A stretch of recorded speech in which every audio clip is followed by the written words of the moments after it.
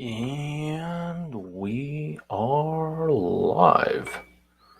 It looks like we've got a couple of people waiting here already. So for those of you watching this live, not as a pre-recorded video, as a first order of business, please put something in the comments saying that you can indeed hear me. You should be able to, but just in case. Okay, let's start with that, and we will go from there. All right, according to the counter, Mr. Ford Cobra says he can hear me. Excellent. So YouTube can hear me. If YouTube can hear me, so can everybody else. Mr. Everyday Marksman here. Good to see you, sir. Ball Infinity. All right. I am loud. They can hear me in Australia. Maybe even without the camera or microphone. All right. All right. Thank you, gentlemen. Really appreciate it. So let's, a couple of announcements and then we'll get started. Today's show is going to be a little bit different. Normally, I have this pre-prepared speech for about 20 minutes. This time I don't have one because the topic of the conversation today really came out of a sniper's hide discussion I stumbled onto. And somebody brought up something really important, and I've heard that many times over the years, and I don't think I've ever addressed it. A very common thing I hear is that you buy a scope that goes, let's say, to 30 power, and you use it on 15 power because that's where it's going to have the best optical performance in the center of the adjustment range. From a technical standpoint, there's no real reason for it, right? The peak performance doesn't have to be in the middle of the adjustment range, and it usually is not. But there are several different factors to consider here, and that's sort of what I wanted to go over today. But because I do not have a Mr. Northwest Guns is here. Derek, welcome, sir. Because I don't have a pre-prepared speech, I'll point out a few things here and there, and then I'll just start answering questions as we go along. Questions more or less on anything that comes up. But I know in the beginning, see if you can keep it to this scope optimization issue. And then later on, it's a free-for-all. All right, a couple new things happening. So I've talked a bit about the Crimson Traces CMR 301 light laser combat I've been using. This thing is really growing me. It is quite nice on a rifle. Mine is a green laser, a white light, nice TIR lens, a very uniform spot, good throw. I like it. I am going pig hunting in a couple of weeks. Was it 2 weeks? Yeah, about 2 weeks. So I am setting up to test some thermals, and I just received the twins from Leica. This one is a Colonox View. That's the thermal monocular, and this is Colonox Sight. That's the clip-on that, interestingly, so this portion is a mount, and it goes over the objective of a rifle scope. They have different ones, it's removable. So this particular mount is for larger scopes. I'm hoping to get another smaller one for a different type of a setup. Kind of an interesting thing. I haven't looked at them very hard yet. I turned them on, make sure everything works, and I understand how they work. But beyond that, I haven't really done anything else with them. Another thing that I've been planning for a while, and I finally received the scope, is this guy. I don't know if you guys can see it well. This is Athlon Ares ETR 1:10 by 24. Interesting scope. I know I've been playing with it for a couple of days. Optically quite nice. It is heavy. I mean, it's not a lightweight. It's 27 ounces. And the mount I have it in is at the Burris XTR Signature one-piece mount. That's also about 10 ounces. So this, as is, adds 37 ounces. But this is more of a DMR type scope, I think, based on how the reticle is set up, and also it's not a bad thing. I don't have any real significant thoughts yet. Optically, it does look quite nice. I'll need to play with it a little bit more with different lighting conditions, and see how it goes. Yeah. So With that out of the way, let's talk a little bit about Riflescope optimization. First, the first thing that I think everybody seems to get wrong is when they say, well, optimum performance is at. And it's seemingly it's a simple sounding phrase, but it is really not, because optimum performance of what, right? Optimum performance of the rifle scope or optimum performance of a rifle scope combined with your eye. And optimum performance of your eye will also vary substantially during the day or night or dusk, for example. And even for a rifle scope, like I said, this very common myth that I hear is that, let's say you got a scope that goes up to 20 and optimum performance then is going to be at 10. Or if you have a scope that goes up to 30 power magnification, optimum performance is going to be at 15. No, not necessarily. Optimum performance of the overall system, an overall system is the rifle scope and your eye, may be toward 15. Oh, I forgot to say, all right.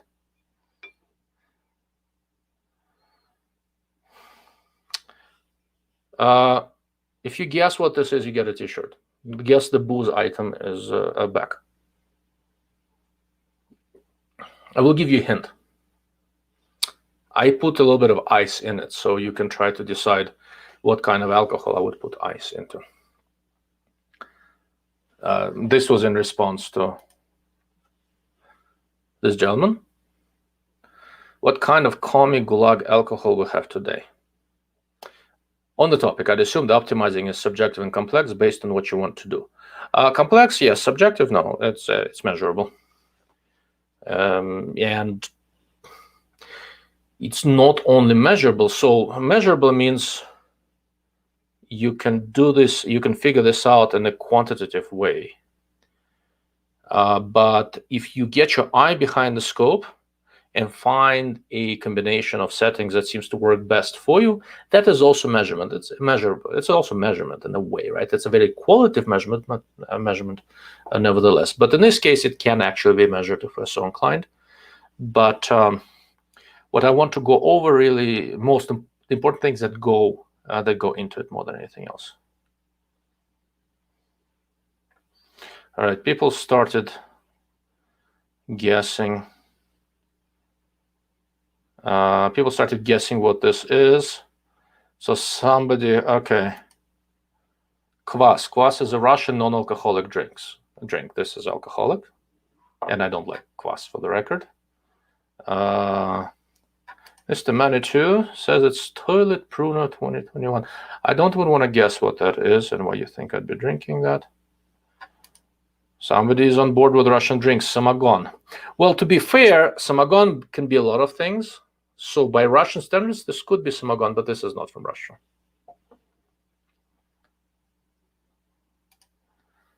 Okay, Toilet Pruno 2021 is prison wine. And how am I supposed to know that? More importantly, how do you know that? But I digress. Okay. Scotch tonight, I'm guessing. I would not put ice into a scotch. People, I'm so disappointed. But anyhow, let's go back to rifle scopes.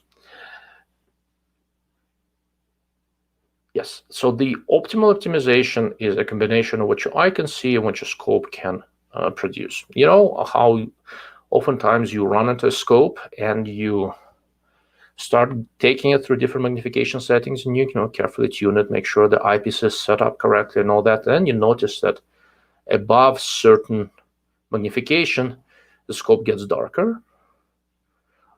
And sometimes it even gets a little bit less sharp. It gets a little bit blurry. And oftentimes I hear the same person talking about the same scope, right? And say, oh, it just got dark on me today. I don't know what happened. It never got dark on me before.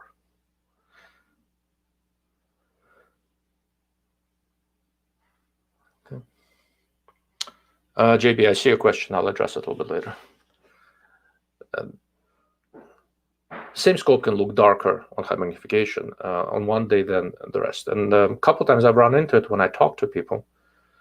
I started quizzing them a little bit about time of day conditions and all that. And every time I saw that when they thought that something changed day to day, it wasn't the scope changing. Obviously, it was their eyes changing.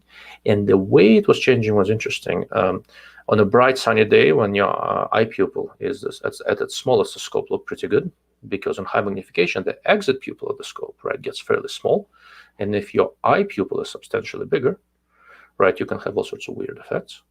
While the other time it would be an overcast day or a darker day or later in the day, and when your eye pupil would be a little bit bigger, and all of a sudden the same scope at the same high magnification does not look quite right. Okay, that's if it starts looking dark, you're just not quite getting as much light. But if your eye pupil is substantially larger than the exit pupil at this given setting, you can have other effects. That is conflated by the fact that many riflescope makers play this specmanship game to some degree, and they want to, for marketing purposes, they want to go up to some magnification, I assume for marketing purposes, while the rest of the optical system can't quite hack it. There are quite a few scopes like that out there where it's a good example of a really nice scope that I like that does something like this. EOTech, the Voodoo 5 to 25 by 50, it's a very short scope. And when I tested it, I really liked that scope up to about 20 power approximately. And above 20, it really left me cold. And it wasn't just that it's getting darker. I mean, that's just the exit pupil issue. But I thought it lost performance a little bit. It was not quite as sharp as it could be. All sort of stuff. And I have other scopes that also go up to high magnification with the same objective lens, and I would look at them on the same day and they would look clearly sharper, right? So that tells me it's not my eye doing something weird, that it is indeed the riflescope. The 5 to 25 Voodoo would have been an amazing 4 to 20 scope, and I would have much preferred it in that configuration, because in practical terms I never took it above 20. The optical performance above 20 wasn't quite awesome. It was not god-awful. It was a nice scope overall. It was usable, but there was clear deterioration, and I didn't want to do it. Okay. Aside from the relationship between exit pupil riflescope and eye pupil of your eye, we'll say entrance pupil of your eye, there is also a matter of how a particular riflescope was optimized, right? Back when fixed power scopes were more common than they are now, one of the things, hold on, what is that? Interestingly, if any of you are watching this on Odyssey, let me know in the comments if you see something. I'm trying to run it also on Odyssey, and it's kind of stuck and it's not getting anything. But I can see the comments if you comment something there. How interesting. I wonder. Okay, Odyssey is glitching on me. Where was I? Yeah, back in the days when fixed power riflescopes were very common, like here's a fixed power riflescope. It's a SWFA 10 by 42 side focus. Nice scope, by the way. $400. It's been around forever and still a nice scope. People used to say, oh, fixed power scopes will always be better because less complexity and all that. Well, in the beginning it was true. Now we've been making variable scopes for so long that variable scopes can be it's a variable scope that what's a nice way of saying this? There are so many more variable scopes now that we've learned how to develop them well, and extra lens pieces really don't make that much of a difference. But still, when you have a variable scope, the optical system will be at its most optimized at only one magnification setting. Okay, and unless you talk to whoever designed that riflescope, you don't really know what that magnification setting is. For some manufacturers, I know. For some, I don't. For some, I can guess. That does not mean that at other magnifications it sucks. For some of the less expensive scopes, it does, right? So some of the less expensive scopes I've seen over the years that would be really nice to optimize that some magnification, and then when you go to different magnification setting, everything falls apart. And it's not just sharpness. Oftentimes it's somewhat more subtle things. Edge distortion goes all over the place. Focus changes, reticle moves. There's all sorts of crap that can happen. But with nice scopes, they generally work really well across the board. But peak performance is still going to be at 1 magnification. The problem is that if it's a rifle scope that goes to fairly high magnification, 5 to 30, 7 to 35, the discussion was about 7 to 35 attacker, I think, where I picked up the topic. At the magnification setting where this rifle scope is at its optimal performance, if it is at the highest magnification, your eye may be working against that, because in anything other than the brightest sun, your eye pupil is sufficiently larger than the exit pupil or the rifle scope that it may be performing really well, but the way when your eye is pulling in a bunch of light from other sources, it's kind of degrading the perceived image. The image projected by the scope is very good, but the perceived image that gets to your brain is not as good because of the mismatch between the exit pupil and the eye pupil. Pardon me. Let me know if this is sort of making sense. I'll give you an example. March scopes, right? So I have a lot of different March scopes, and I got a chance to provide feedback for the design of the 4.5 to 28 by 52 scope, which was very entertaining. Traditionally, all of the March scopes are optimized for the highest performance on the highest magnification, partly because they come from a background of bench-rest target shooting, and that's where those scopes spend most of their time. They perform very well in other magnifications, but the peak performance is on the highest magnification. So what is peak performance?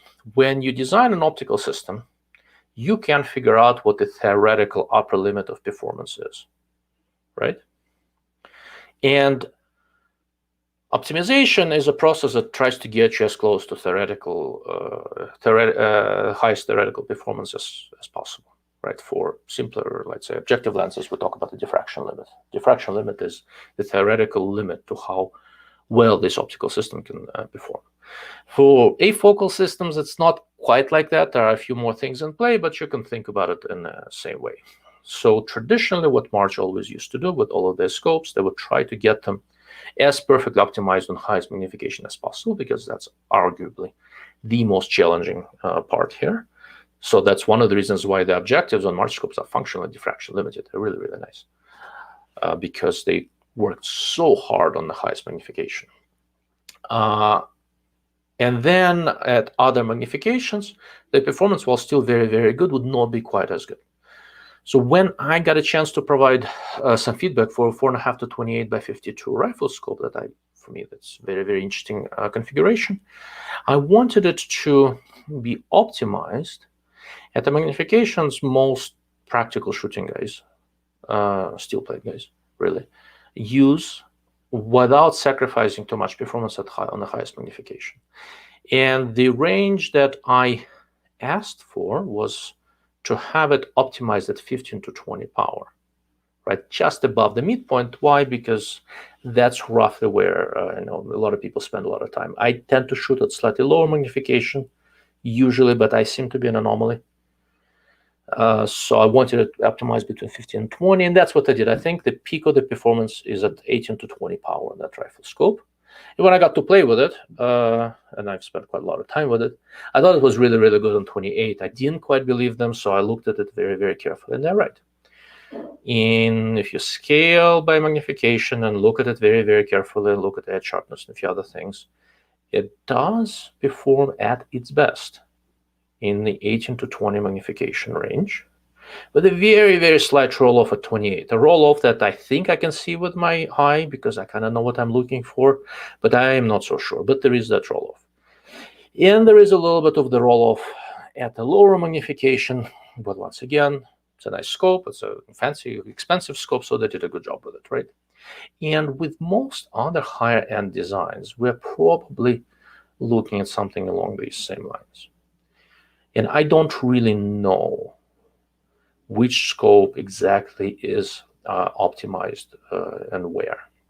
But whenever you hear somebody say that this scope, with great certainty, this particular scope is optimized halfway through the magnification range, that usually just means that is where they could see the best, where the entrance pupil of their eye played the biggest role, right? It is entirely possible that the rifle scope they're talking about was actually optimized at higher magnifications. It's more common to optimize it on the higher end of the magnification range.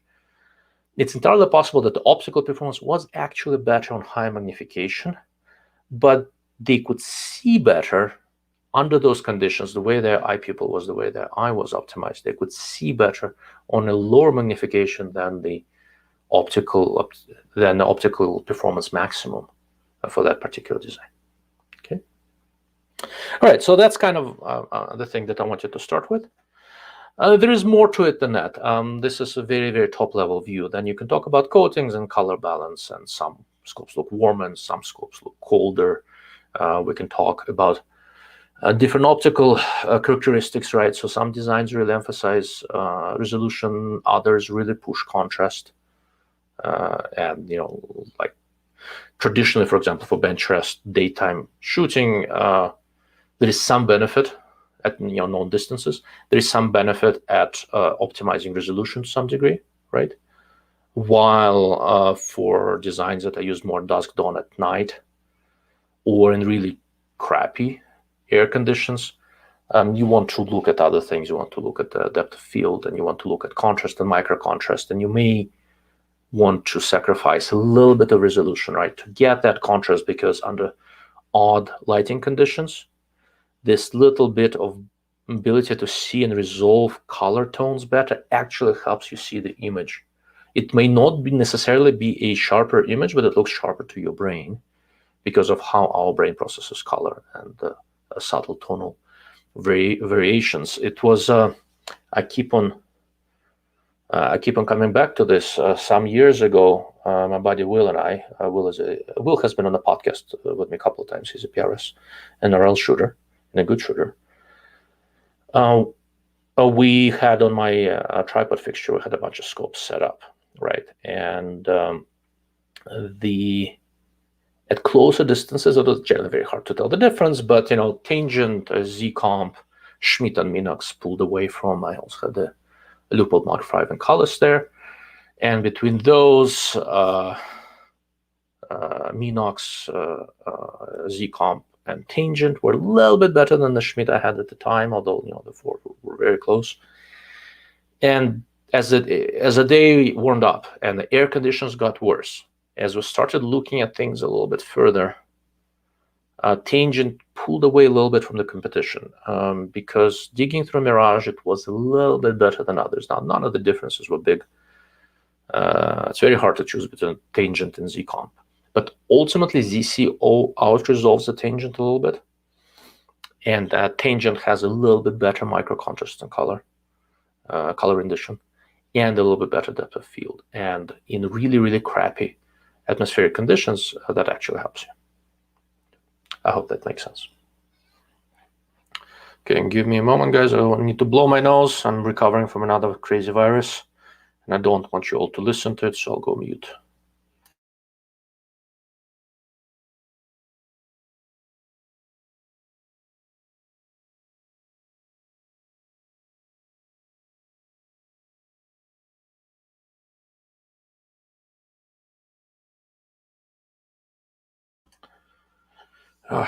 These days, more or less every time I get on an airplane, I seem to go up and land and go around a little bit and catch some new virus somewhere. Story of my life. All right, let's look a little bit at the comments, and then we'll see what else we can get into this. Start in the beginning. There are a couple of questions there. We'll go from there.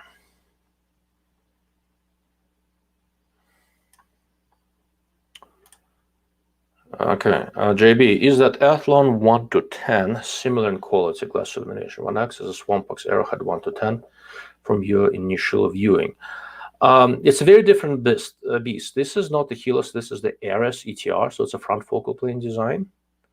So it's a very, very different thing. From initial look, it's at least as good as Arrowhead, maybe a little bit better, but it's also a much more expensive scope. It's like $1,200. And the front focal plane 1 to 10 scopes are kind of hard to make. Illumination could be brighter, I think. I need to play with it, try different batteries.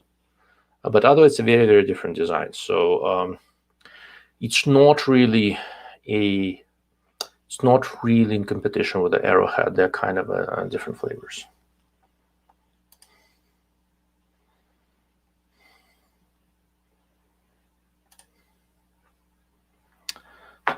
All right, Mr. Expert on Russian alcoholic drinks. I'm patenting a new technology like thermal night vision, but it's a scope that only illuminates Democrats. I thought they were already glow in the dark, so I don't know what you're talking about.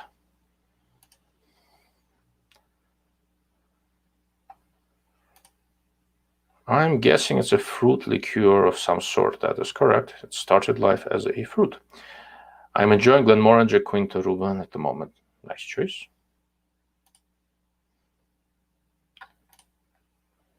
Uh, 15x is the highest I like to go.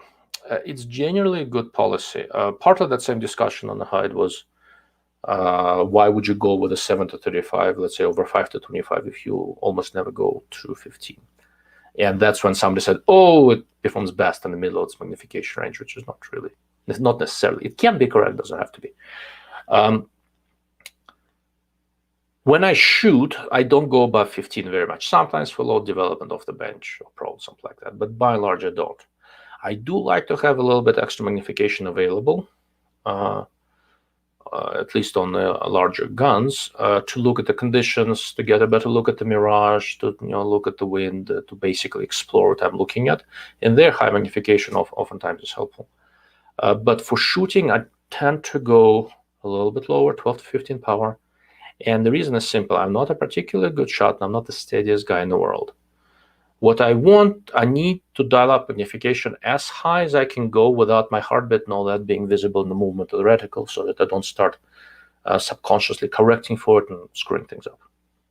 So I also don't shoot at very high magnification. Don't, strictly speaking, need it. My favorite scope still the Tangent 3 to 15 by 50. But if you don't need low power, and you're not weight conscious with this particular gun, given how many nice high magnification scopes are out there, there isn't really a downside. For example, for PRS shooting, if you're not weight limited, what's the downside of going with a high magnification scope? You're never going to go lower than, I don't know, maybe 8 power, 9, something like that. So I don't think you will. Not for typical long range plate shooting. So what do you gain from having 5 on low power? Yeah, not a whole lot, right? So that's, if you're weight conscious, yeah, go smaller than limit your high magnification. Drew Bradley, does it matter what inert gases are used inside of optics? Is one gas better than another for moisture control, thermal expansion, glare, etc.? Unknown of other reasons for gas within an optic. So gas within an optic doesn't have anything to do with glare or thermal expansion. It's only there to create a dry environment inside the scope. So it's a combination of dry gas and high quality seals, so that the seals don't degrade. There is a prevailing theory that some argon, krypton, radon, whatever the hell mix is better than just dry nitrogen. In practical terms, I don't think I've ever seen any real practical difference. The purpose is not to have a particular gas inside the scope. The purpose is to not have particular gas inside the scope, and that particular gas is water vapor. As long as there's no water vapor in there, that's all that matters.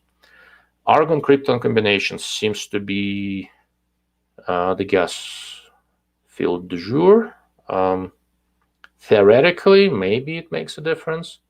In practical terms, I have a strong suspicion it mostly makes a difference from a marketing standpoint. It sounds, everybody has seen Superman, right? So it sounds much better to say I've got an argon krypton mix in there rather than dry nitrogen, right? So I think marketing may be driving it, but I don't think there is a real downside, so I don't see an issue.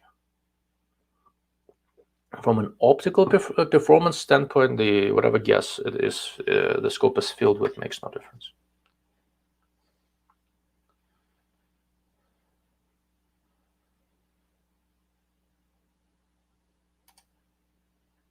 I'm interested in coatings. Who are the main developers of these coatings? Are these engineers or who? Okay, if something has been developed, there was an engineer involved and a scientist somewhere in there.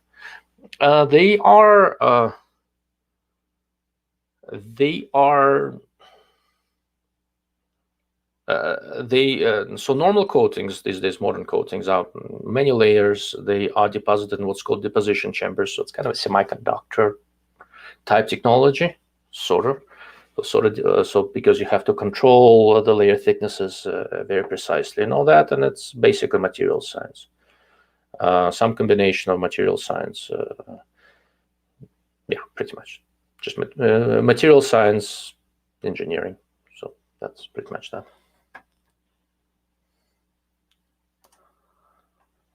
Mr. C. It's the shortest login name I've seen yet. Any time behind the Trijik and Credo HX126? Not a whole lot. Seems like a nice scope.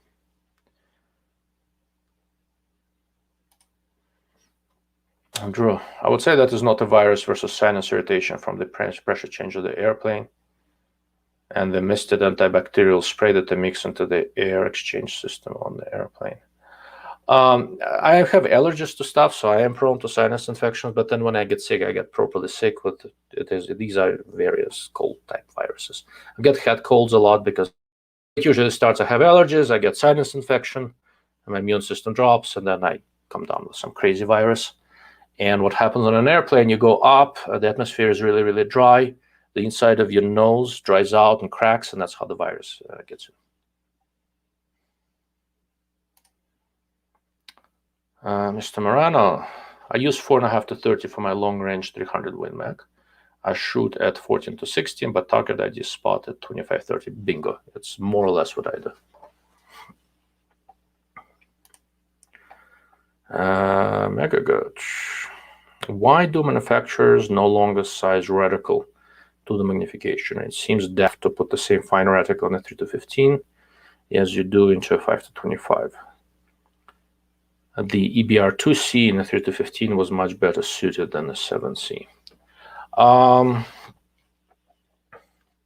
think your question can be probably better rephrased as why do manufacturers not size the reticle for the low end of the magnification range? Because most people who buy these scopes never go down to the lowest end. 80% of people who buy tactical scopes shoot at 100 yards on the shooting range off of the bench, so they always sit in high magnification. They don't complain. So most of the manufacturers are more preoccupied with making this reticle thin enough for high power, is presumably we're talking about front focal plane scopes, than thick enough on low power. I think it's misguided. The reticles can be designed so that they're usable in both ranges and both ends of the magnification, but whether it's worth the effort for most manufacturers, I don't know.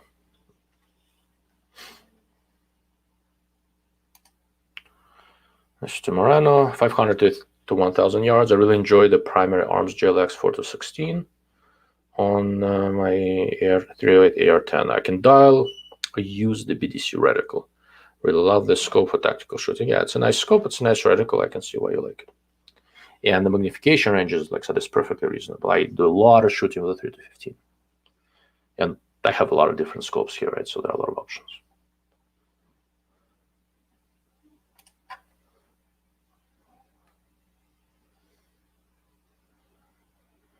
Nathan, I have just purchased a used Vortex Razor 16 to 48 spotting scope. I cannot believe the clarity and definition of scopes that cost twice as much.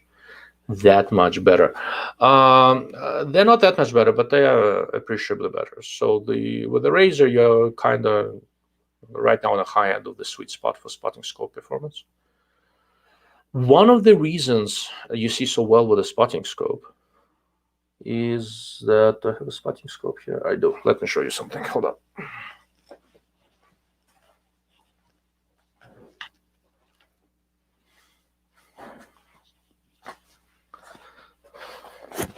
So here's a spotting scope I use quite a lot these days. This is an Athlon Eris. I think it's an Eris. It's a 65mm one. It has this fixed power eyepiece with a reticle that I happen to like. Look how close my eye is to the eyepiece. Let me make sure I get to the. Here I go. There you go. This is how close I need to be.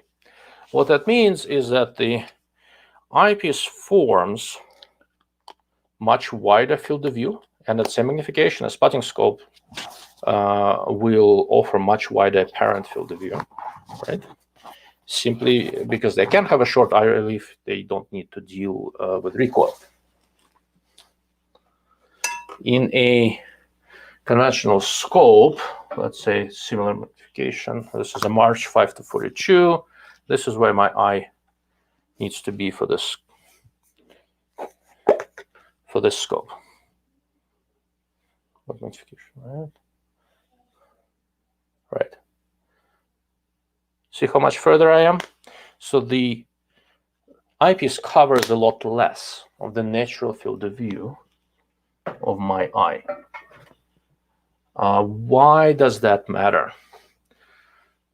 The further away and the smaller is the eyepiece from your eye, the more stuff around the eyepiece that you see. And all of that needs to be processed by your brain, and ultimately it will affect the perceived image fidelity.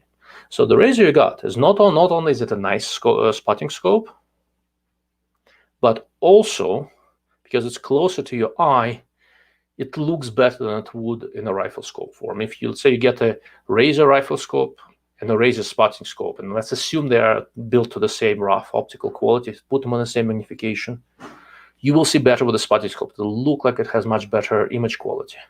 Not necessarily, but the apparent image quality is much better because you're only seeing through the spotting scope. You're not taking in all the other information that's out there.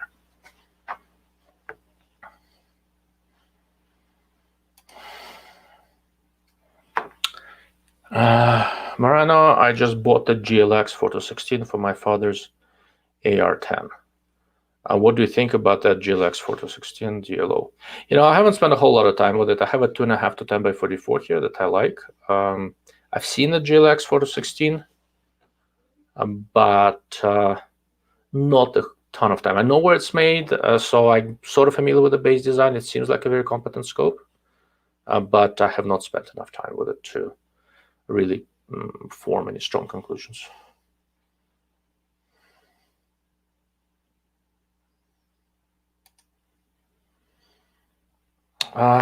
Do you think other manufacturers will jump hard into fiber optic light gathering designs once Trigicon's ACOG acupoint patent expires?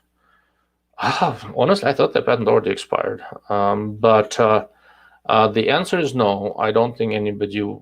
Maybe some people will, most don't. I don't think anybody cares. This whole fiber optic light gathering thing was a big deal before we had efficient LEDs. Now, I don't know. It's a nice thing to have. I now have a compact ACOG with it. I like it. I know that Meprolite also uses this kind of collectors, so I wonder if they're using Trigicon's patent or if patent was already expired. But doesn't matter. I would not expect to see it very much on future designs. Every once in a while will be something niche, but with modern efficient LEDs, I don't think it's needed. There is a reason why even Trigicon came out with LED-only versions of the ACOG, right? On top of it, using the fiber limits your reticle design to a significant degree. There are some other limitations. So the modern way of riflescope is not real friendly to this fiber optic coil elimination.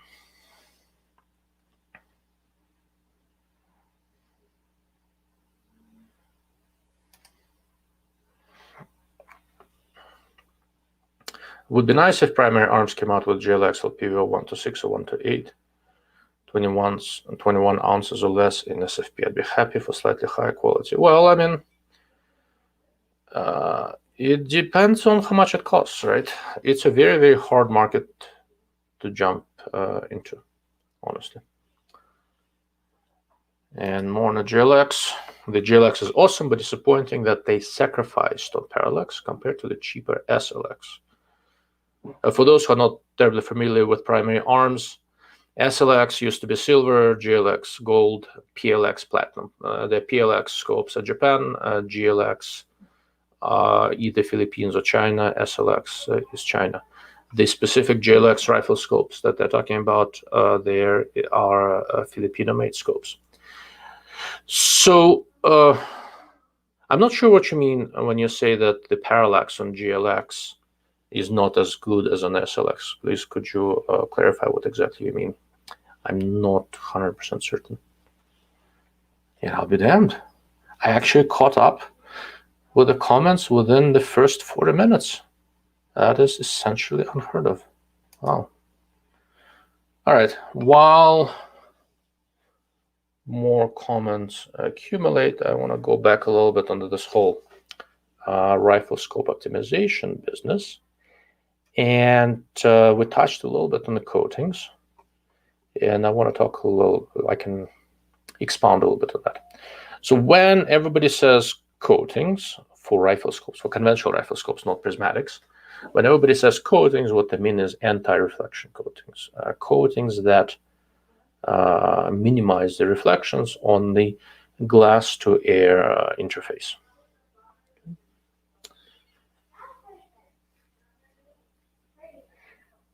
Yeah.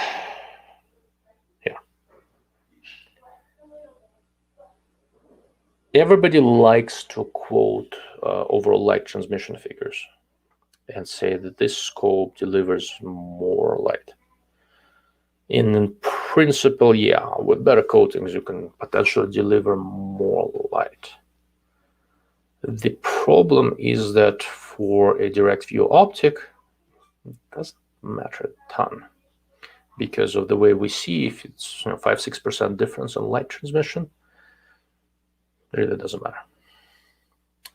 What does matter is what happens to the reflected light. Even when a particular air to glass surface has a very, very high quality anti-reflection coating, there is still something reflected back from it.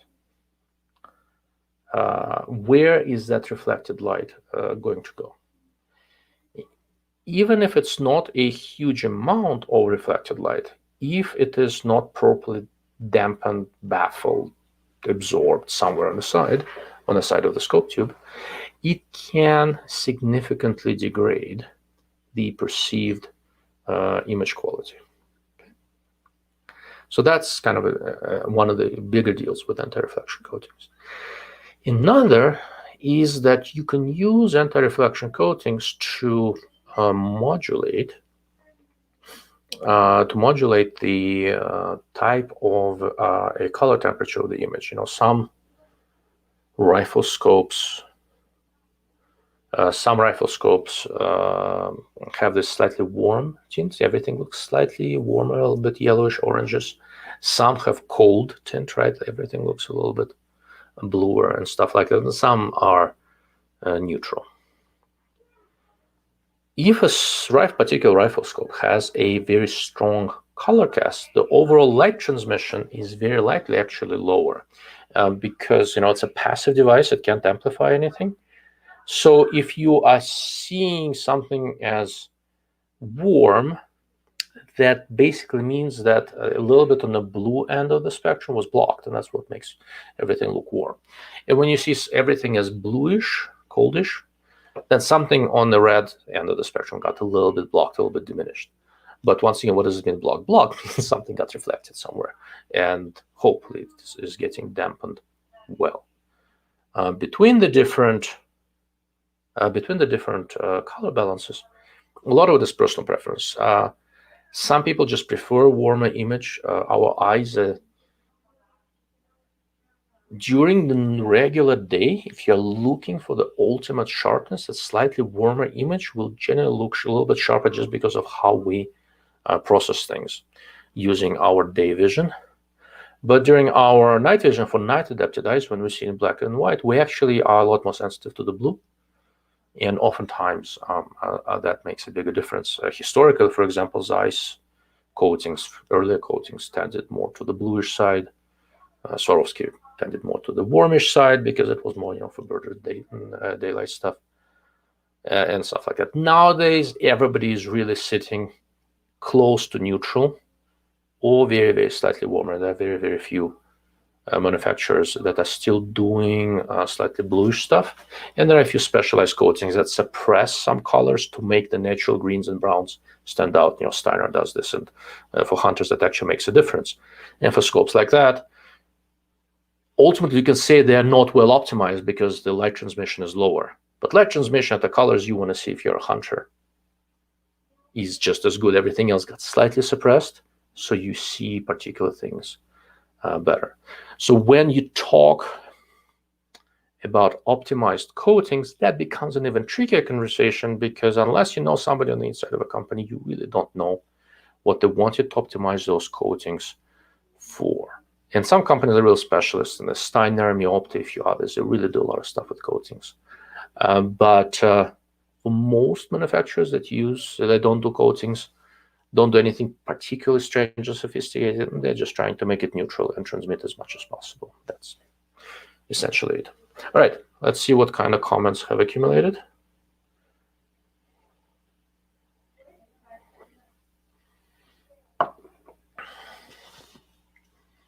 All right, let's see.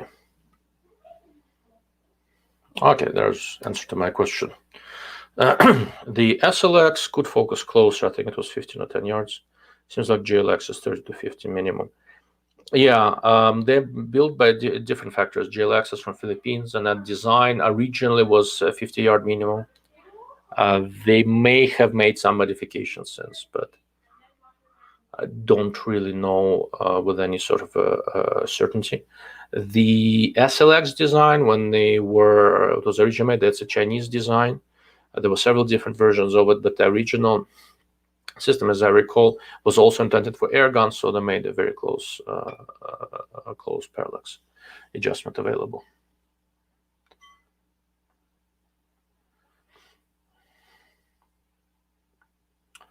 Okay, all right, that's an interesting question. Mega Gooch. How do you pronounce this? Gooch? Gouch? What are you, man? Spell it out for me. I'm a poor immigrant with a poor grasp of English. Where do weight savings come from? Is it fair to assume a lightweight scope is less robust? And why does the Razor Gen 2 weigh so much? Weight savings come from several things. How are internal mechanical fixtures machined, how many optical elements are used, etc. Glass is ultimately heavier than aluminum. Is it fair to assume that a lightweight scope is less robust? No, it's not. It's another very commonly used myth. It's easier to make a heavy scope robust, but it doesn't mean a lightweight scope is not robust. And there are plenty of examples to this. Everything is a compromise.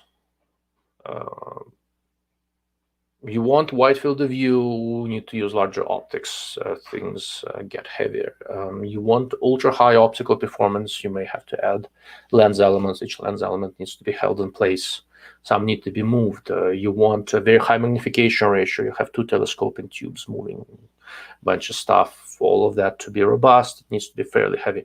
The more complicated a scope is with wide field of view, wide magnification ratio, and all that sort of stuff, the harder it is to make it lightweight. Not impossible. Harder and more expensive, right? And why does Razor Gen 2 weigh so much? Because when they developed it, they were looking for a particular performance envelope that wasn't very easy to achieve on a budget back at the time. And they wanted it also to have wide field of view and all that. And with what they had available at the time, it ended up being a fairly heavy scope. But they were also not going for lightweight because the express target for that scope was competition type use and things like that, where weight is not really a critical thing. And they were willing to sacrifice weight for other things. A good example of that, so my favorite scope at the moment is the Razer HDL-HT 5.5 to 22 by 50, which I really, really like. I've talked about it multiple times, and I still need to do a wrap-up video on it. It's quite light, but they had to sacrifice the field of view. All right, aside from that, it's an extremely competent scope, and they seem to be holding up very nicely. But the turrets are simpler, field of view is average, other things. And all of those had to be sacrificed in order to get that lightweight without sacrificing image quality and stuff like that.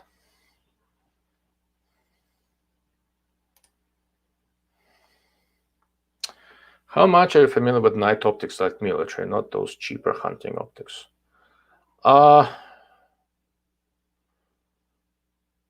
This is a slightly tricky question because that goes more toward what I do for my day job, and there is quite a lot there that I really can't publicly talk about. It's not so super secret and stuff, but like I said, it's a lot of that was disclosed to me and under an NDA between my company and others, so I have reasonable familiarity. What I do for a living is that I run a small company that makes optical test equipment, primarily for various thermal night vision, airborne targeting systems and stuff like that. And it's all, it's all military, almost all. So am I familiar with it? Mostly, yes.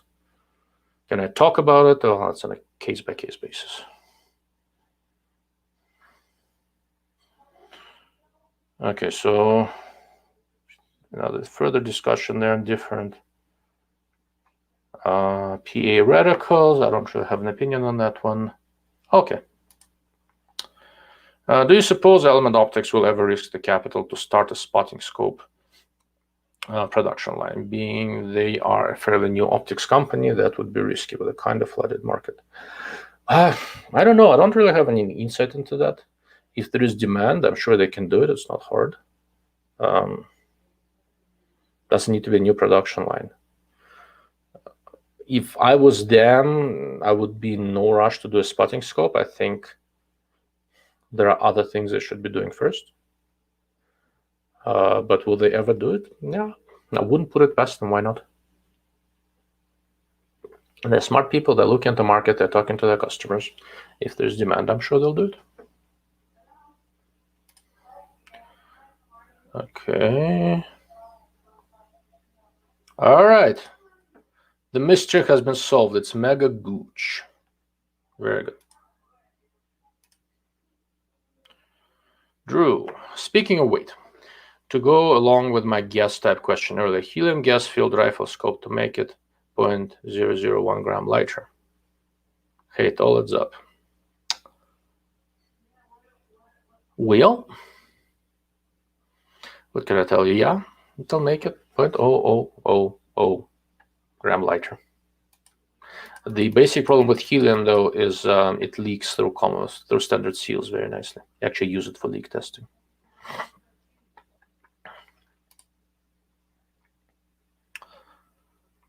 What do you think about titanium tubes? I don't. It's I don't see a need for titanium tubes. I don't think anybody's really having durability issues with aluminum alloy that's being used. Once again, it's a nice thing for marketing. Beyond that, there is no real practical difference.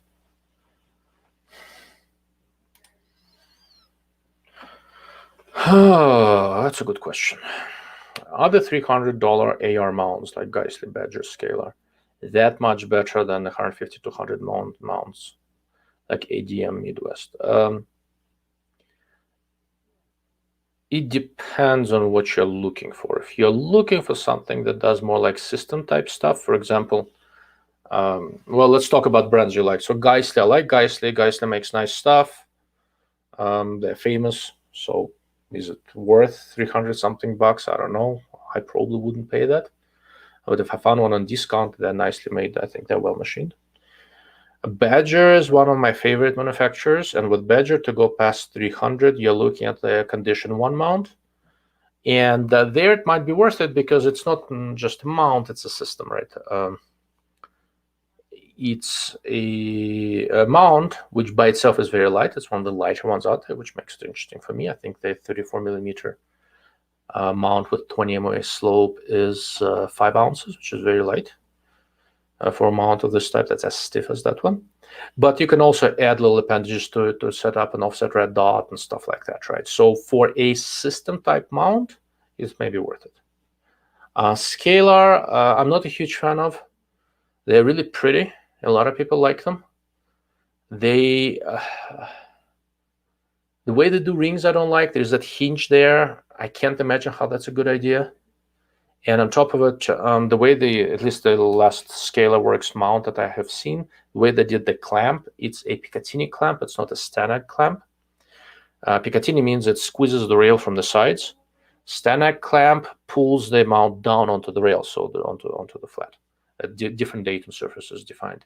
And the ScalarWorks mount is Picatinny. What that means is that on a slightly out of spec rail, when you tighten it, the thing tilts, and I've seen that. So as a matter of principle, I generally stay with the Stanag type mounts. I did a video on that a while back.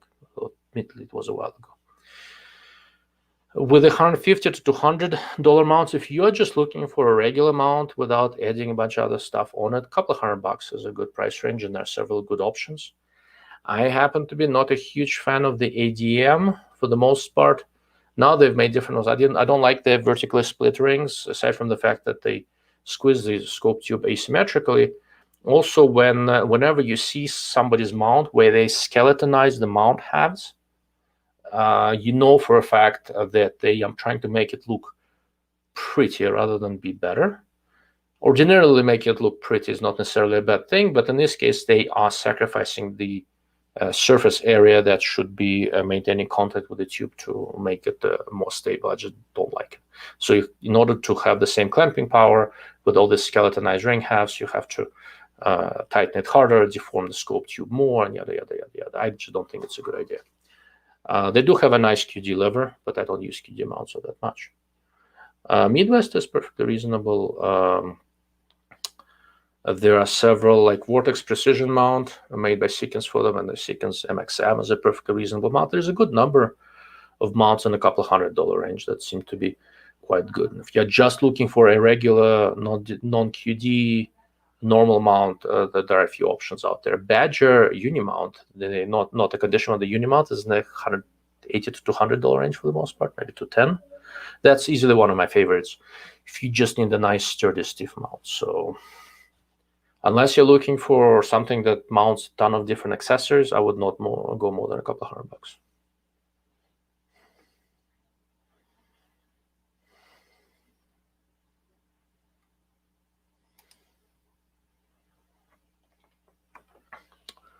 Northwest Guns. I'm torn between the Element Optics and the Vortex Riflescope, but I have a few months to figure out what I want. You may want to specify which ones. I'll see if I can make a recommendation.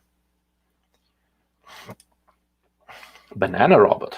That's a nice name. Instead of nitrogen, why not fill scopes with specialized gas with higher index of refraction? What would that do for you? And so there are several problems with it, right?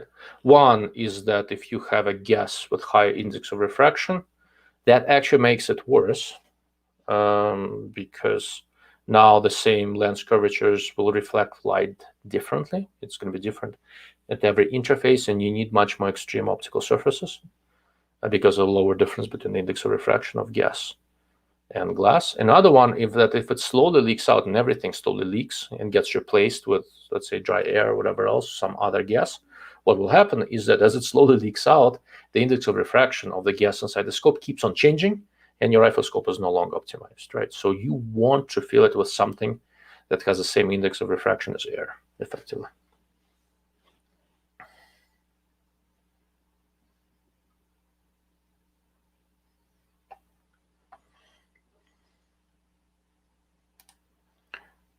Oh, Jesus, man, you're going to drive me into alcohol. I am already drinking. What trend in the industry annoys you at the moment? So many.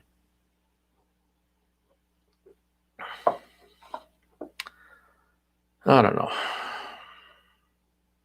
I'll probably take a rain check on this question because that's a separate show altogether. It's the things that annoy me are the old wives' tales and persist, and there's so many of them.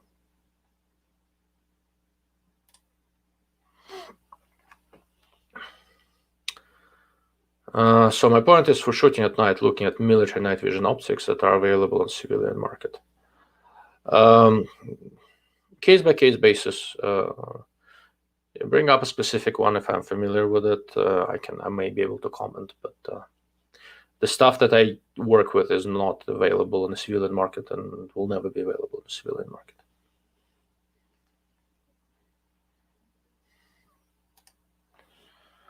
I really like my ADM recon mounts. I like the clamp. Like I said, I don't like the rings on the vertically split mount. Almost all vertically split mounts, the way they're designed, you tighten them at the bottom, then you tighten at the top, and as you tighten at the top, the ring halves actually deform a little bit. And if they are deforming a little bit, you don't know what is deforming, the ring halves or the scope tube, or in most cases, both. And so you end up, instead of clamping the scope in a symmetric way, you end up squeezing it from the sides, and it can have, some scopes are fine with it, some start having issues, and I don't like guessing and trying to figure out which is which.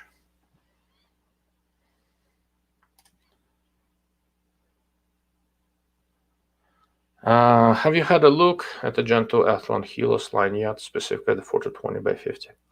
I have not. I expect to get the Gen 2 Helios 2-12 in 2-3 weeks. I was not planning to review 4x20 for several reasons, the biggest one being that I'm simply out of time. So earlier in the year, I kind of make a plan of what I want to look at. And if it was not already on my list, I'm not accepting any new stuff. I'm swamped as is. I'm sufficiently swamped that I started, selling off some stuff that's been sitting here for too long because I'm just knee deep in glass and I need to get some of it out of here and wrap up with stuff and get rid of it and move on to new things. I can't set foot anywhere in my office without stepping in a scope or a binocular. I may look at a 40-20 next year, but this year, absolutely not. Northwest Guns. Drew, for Element being a small company, they make a product, and Vortex does too. I don't know for sure what that means, but Element is a good company.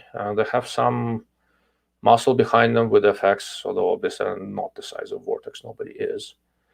I have 2 Element scopes. I have the Nexus and the Helix FFP. I like them both quite a bit. They're nice scopes. But then again, I also have several Vortex scopes. I like them too. Vortex makes a lot more scopes, some that I like and some that I dislike immensely.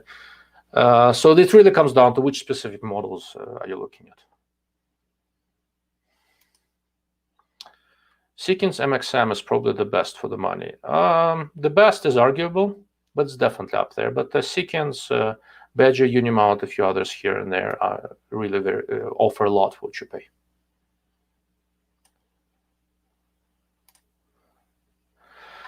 On scope ring mounts, there are 2 types. The clamp cap bisexual endoscope is 3 and 9 o'clock. Others is 4 and 11 o'clock, and both cheap and costly brands. Pros and cons. Try to stay close to the 3 and 9 o'clock. If it's more like 4 and 11, 4 and 10 o'clock, not really 4 and 11. 4 and 10 o'clock is still okay, but you will generally screw up the scope the least with an evenly split ring halves where both of the ring halves are well machined and very stiff. One of kind of the signs of a well-designed scope mount is that when you're tightening it from very loose to appropriate torque is very little of the rotation of the screws. If you got it kind of finger tight and then to get it to, let's say, 15 inch-pounds, you have to do 2 turns, something is flexing. Flex in ring halves generally is not a good thing. It's definitely not for scopes where you plan to be twisting the turrets. Some older designs that were just never meant to be adjusted, just set in and don't touch it, it's probably less of a problem. But for modern scopes where you're going to be twisting the turrets, the ring halves should be very, very stiff.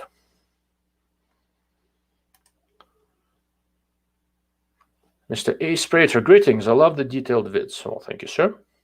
I just got a 300 PRC Bergara LRP and have an IV 200 MOA base with a session S5 or S3, one of them, 10 to 50 scope going for a mile. It's a nice setup. Ivy makes an interesting base. Let me know how it goes. So glad I finally caught your show live. Well, I'm glad you're here. All right, here I go. Back to the ADM. The ADM base torque is 25 foot-pounds and top is 15, so it is torqued asymmetrically, but the base clamps it in place. Top is what holds it. I haven't had issues, but makes sense.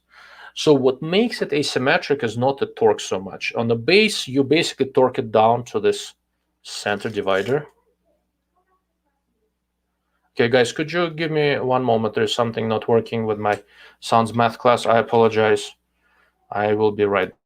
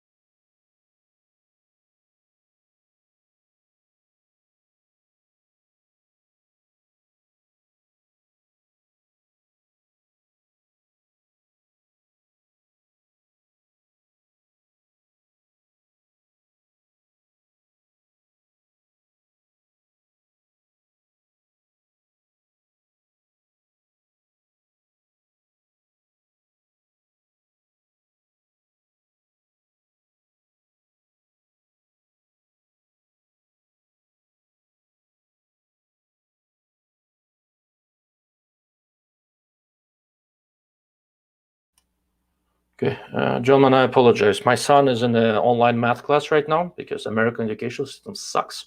So my kids do math. And he found a button on his headset. He doesn't know what he does, so he's messing with it. It's a mute button, and now nobody can hear him, and he doesn't know why. 8-year-olds. Where was I? Yeah. It's not asymmetric torque on the rings that makes the asymmetric pressure on the scope tube. On the bottom, it just clamps and holds onto the base of the mount, and that's it. But as I mentioned earlier, what happens is that because the base is fixed, when you start torquing down the ring on the top, the ring halves are deforming. So instead of evenly clamping over the scope tube, they're squeezing it from the side. That's what can, doesn't have to, but often does cause problems.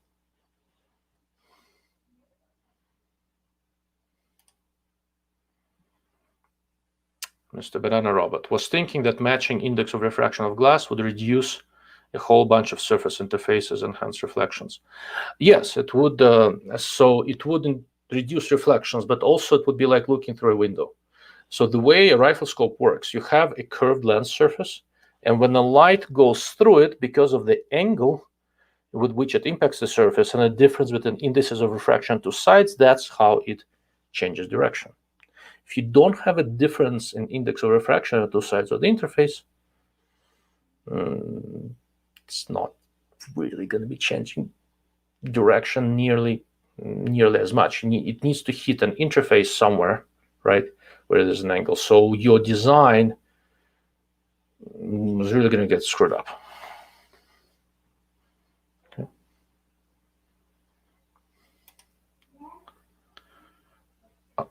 I ordered a pair to try them out. I'm not sure what you ordered, Philip.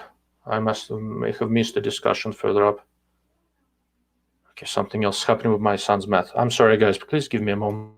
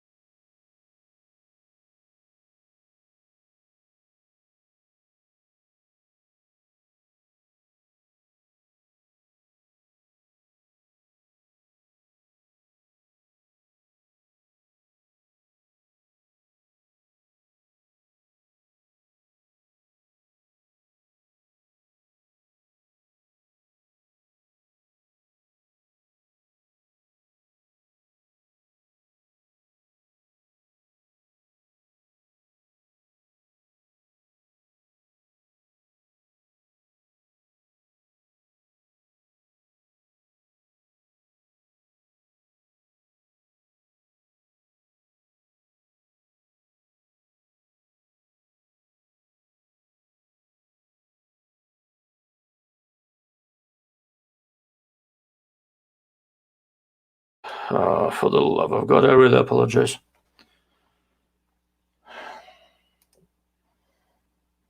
Okay, so what else we got?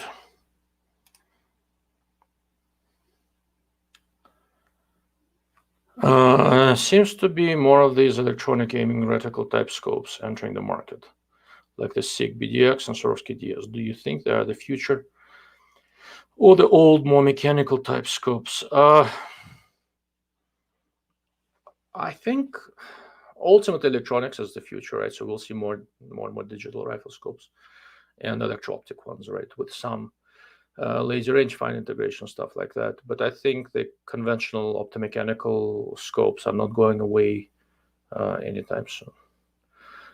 Some markets like ARs and hunting might go electronic a little bit faster. Precision shooting is going to stay optomechanical with just some internal help from a laser rangefinder longer. Stuff like Revik or Steiner IFS, I think we'll see a lot more of that in the precision world.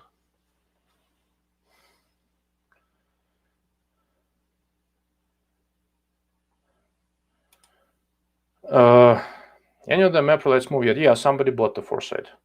The other two, I don't think so. I need to check my email.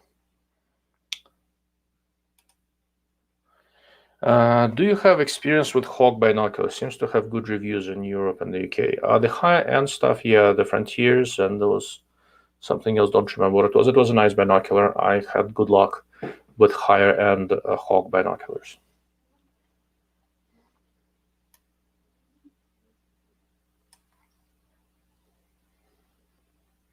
Let's see.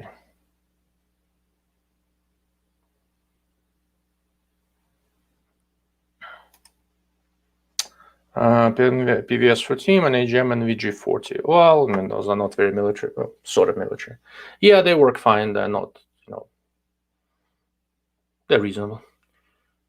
I will tell you what will make you drink is that new show, Altered Ego. Nothing more than an even worse reality show than an American Idol. I'll be honest with you, I've never watched American Idol and I've never even heard of Altered Ego, so I guess I'm lucky.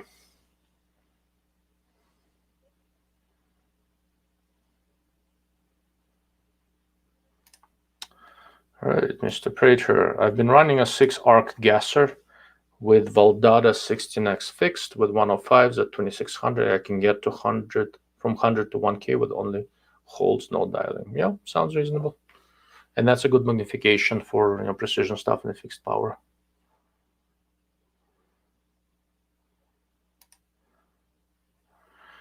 Also, Rex Reviews said there was possibly going to be a glass shortage for optics. I think it's a marketing sales thing to make more sales. Yeah, I actually made a video on that on my website. Basically, yeah. Unless he shows me source, it's all bullshit. I talked to a lot of people. I don't think the situation with glasses is going to get better or worse in the next year or two. There are already shortages, but scopes are shipping. And whenever a guy says, "Oh, we may be seeing glass shortages, but if I were you, I'd be buying something else. And oh, by the way, here are my affiliate discount codes." He's just a used car salesman. He's trying to sell you shit. That's basically all it is. If you use his code, he'll make a lot of money on commissions, and that's all there is to it. He doesn't know shit about what's happening in the optics industry. If he can spell optics without 8 spelling mistakes, I'd be surprised. Have a drink for Rex Reviews. Cheers.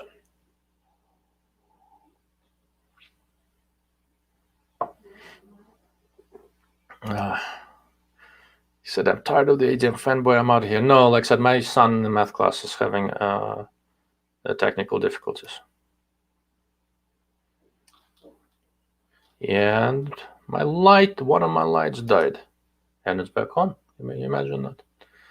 I thought it was all get moody and everything. Awesome. Info will continue. Well, thank you, Brett.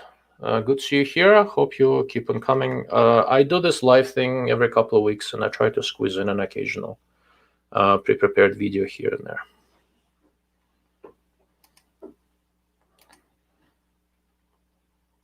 Fred is Rex is a fraud, shill, asshat. Yeah, basically. Actually don't know him personally. I don't know if he's a good shot. I have no freaking clue. He does not know anything about optics. And he has this facial expression on him that he's about to fart, and then he says something very self-important.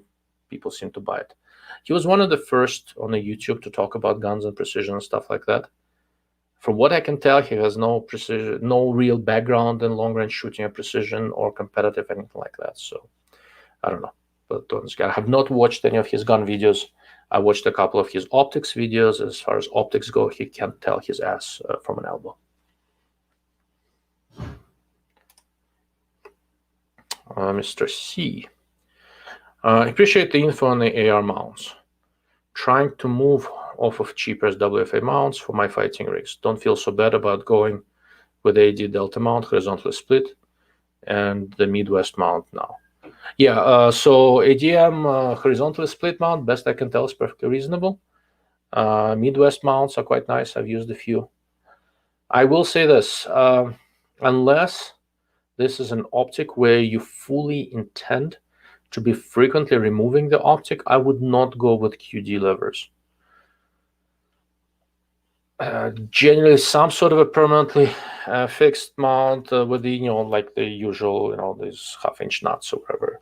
Something like that in a torque range is generally your best bet to have repeatable mounting. If you plan to be quickly ripping the optic off the gun, yeah, go for QD levers. Other than that, I probably wouldn't.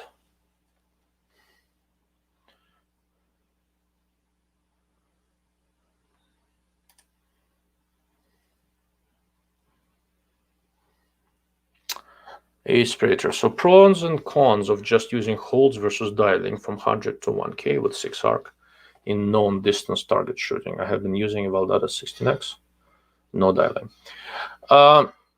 So the pro of just holding is that you're not shifting anything and you're not relying on your Riflescope's adjustment.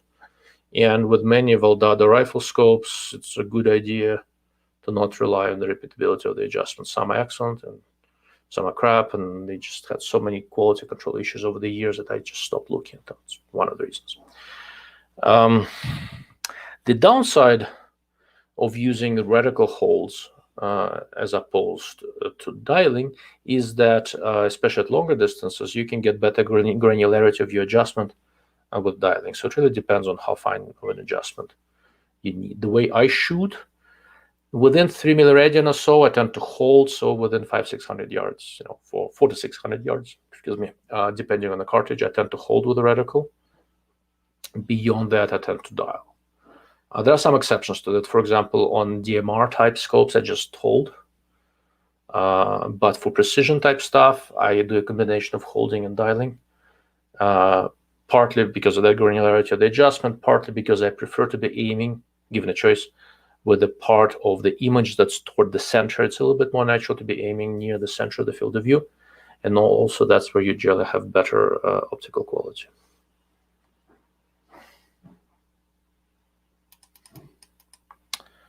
Okay, let's see. That's a nice one. I have friends who constantly tell me that Leupold skulls are 100% made in America and therefore better. I know this is inaccurate, and I'm pretty sure this is one of those old wives' tales you referenced earlier. So they're not 100% made in America.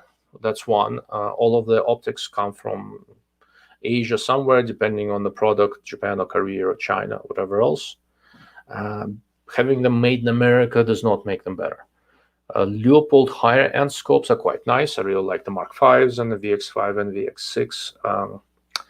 Their lower end stuff, the VX3s and VX Freedom and all that, these are the same 30-year-old designs that they've been refreshing with new cosmetics every year and better coatings. I think they're really obsolete. Leupold's a good company. Their new stuff is good. They're creative. They're innovative. I like a lot of their stuff, but not everything. Generally, if you try to make a blanket term that company A is always better than company B, given comparatively a large portfolio of companies, it's usually nonsense, right? Because you kind of have to look at a specific product and a specific price range. I think VX5, VX6, Mark V are very, very competitive within their price ranges. Lower end stuff, no, not really.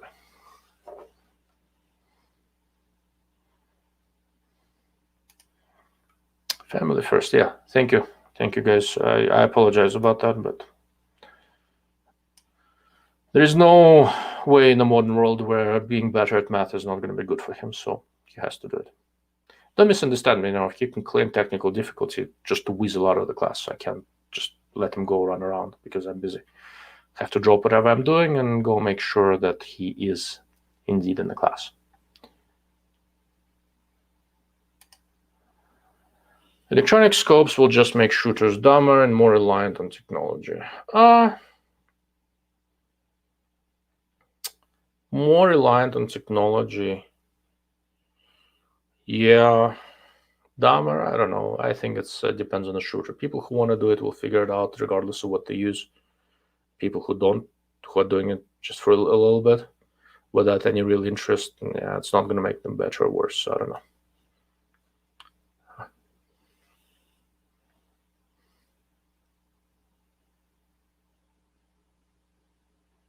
Now let's see. All right. Mr. Slavgans is here. Thank you for stopping by, sir. I get here just in time. Just in time for what? In time to have a drink? Well, you're late. I'm way ahead of you.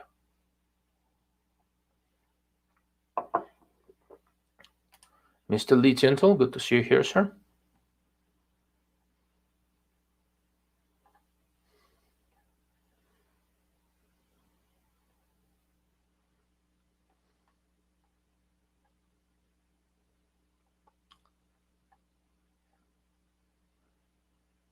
All right, Slavgans is indeed sending Mr. Drew Bradley a free RPR drop-in trigger. Let me know how it goes, Drew, when you get it. Sorry if I missed it, but are arc rings good to go? They use vertical split rings, but do it a bit different as far as I can tell. So I have one of his. I actually have his new mount on order on the way. I have kind of a complicated relationship with arc rings. The big attractions is the single large screw. From an engineering standpoint, I think it's a solution looking for a problem.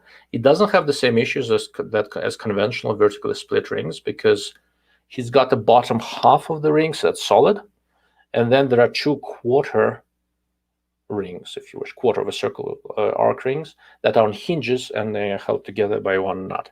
So if everything is in spec, it's going to hold really well. And because it's on the one large screw, it's very easy to swap scopes in and out. No, nothing rotates when you tighten it and all that. But if you know what you're doing, it's not supposed to be rotating anyway. But once again, I think it's mostly a solution looking for a problem. But a lot of other things he does are fairly clever. The guy behind the American Rifle Com, his name's Ted. Some Greek last name, don't remember for sure. I happen to dislike the guy. Mostly because I'm an arrogant jackass. I ran into him at SHOT Show a couple of times, and he's just as much of an arrogant jackass as I am, so there's a little bit of friction there. Seems like a smart guy. The rings are reasonable. I think they're grossly overpriced, and I don't understand the allure. Adding hinges, it doesn't seem to do anything worthwhile to me, but I don't know. I also don't see why it's necessarily a major issue. If you like the aesthetics, go for it.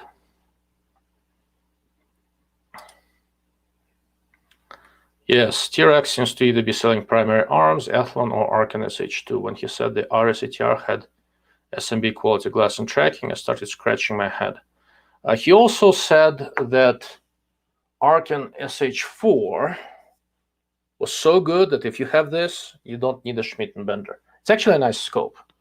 But if you look at the scope and decide you don't need a Schmidt and Bender, you're on crack. And he might be so.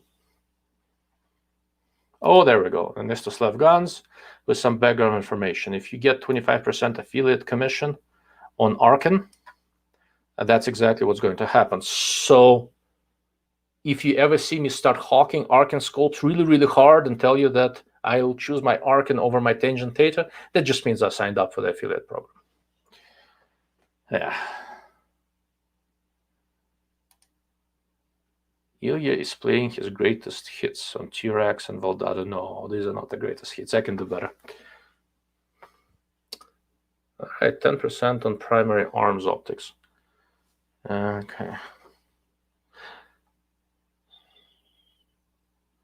Oh, how interesting. Athlon does paid deals. Never asked. I don't accept money for me to look at a scope. Not that people haven't offered, although Athlon hasn't. So I don't know. I don't do this stuff. I do some consulting for some companies here and there on the side, but the reviews are separate. I've lost some consulting gigs because I did a review on their scope and I did not give it a particularly good review, and they decided not to work with me. And I totally get why, but it's not my problem. Consulting is fun, but that's not what I'm here for.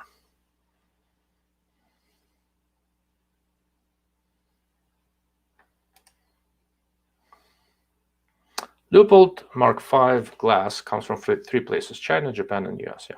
So Leupold gets glass from China, Japan, and Korea, depending on which scope and all that and specific formulation. It doesn't, if a particular raw optic or a polished piece of polished lens comes from China, does not mean it's bad. Just to be clear, they can make very nice glass out there.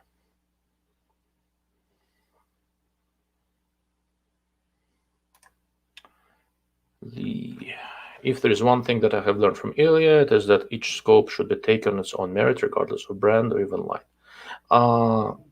That is mostly correct. There are other considerations, right? If a particular scope is known for having problems, just because you happen to get a good one doesn't mean it's not going to break on you in a year. And if this company is not known, if this brand is not known for having particularly good customer support, that comes into play also if you're going to keep this scope for a long time. But by and large, yes, you're correct. A product should stand on its own merit.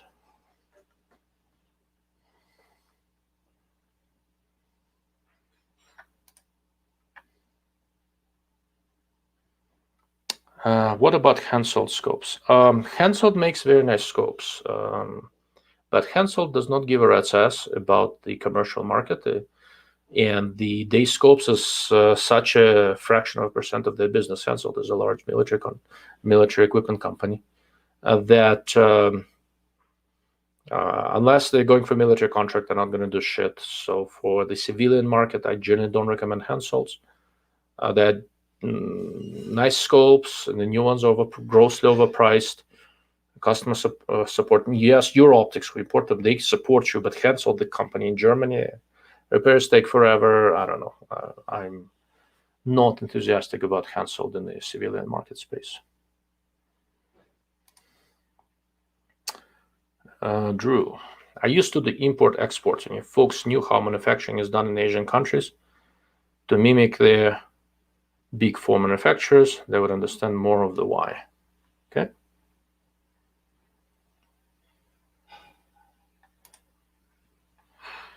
JB, what type of optics goodies are you going to be putting up for sale? I'll be slowly going through it. For now, I put up a few Meprolite pieces I have on my website, but the way I do this, first, it's for supporters only, basically people who financially support my website, my channel, and then I open it up. To just the members of the channel, and then whatever is not sold, I'll put up for sale in the regular forums and stuff like that.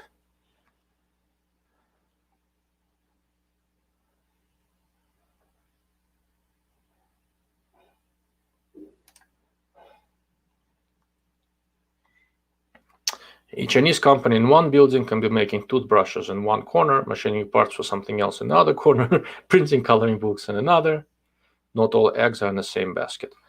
Yes, but some things are fairly specialized. Companies that manufacture riflescopes manufacture optical devices, right? They're not manufacturing toothbrushes in the other corner. That's a little bit more specialized, but generic manufacturing, yeah.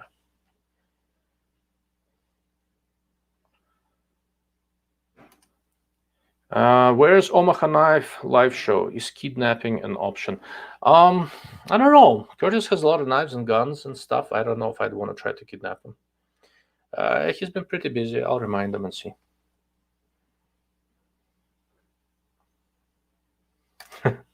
Slav Guns. Just got home from Washington, D.C. Want to pass out, but this T-Rex bitching is making me stay up. I don't know how to interpret the fact that mentioning T-Rex makes you stay up. If I were you, I probably would not be posting that in a public setting, but hey, whatever rocks your boat, my friend. Meaning a lot of Asian manufacturers do not specialize in just one thing. Their accounts come and go so fast. They just slop stuff out that comes in the door to make money. Like I said, that is generally correct, but building optical stuff is a fairly specialized thing, and people who do that do focus on optics-related things. They may be building riflescopes and camera lenses and binoculars and spotting scopes, some other optical assemblies, but it's all within that same general range of optomechanical expertise.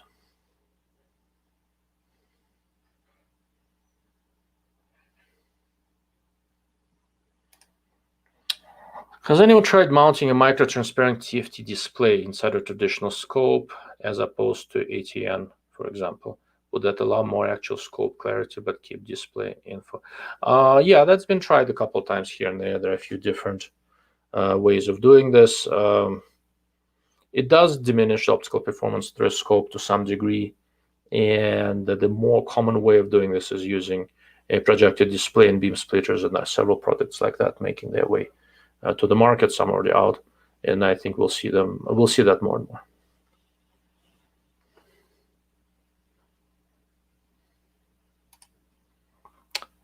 PPU archives. I'll take a 50% discount code on Tangent Data. Yeah, keep waiting.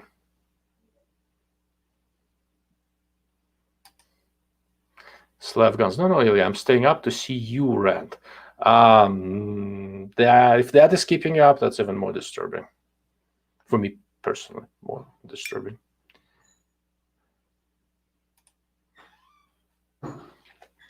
Oh, good question. Is Minox in the same league as TT or close to it? Optically, it's in the same league. Tangent is better, but it's in the same league. Mechanically, I think TT is a better scope. As far as turrets go, stuff like that, TT is Tangent Data is still sort of unmatched. In terms of optical performance for the money with the tactical type scope, Minox ZP5 I think is where it's at.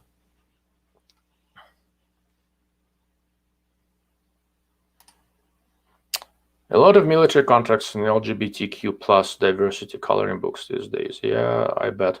I saw something just before the show started. I need to look into this.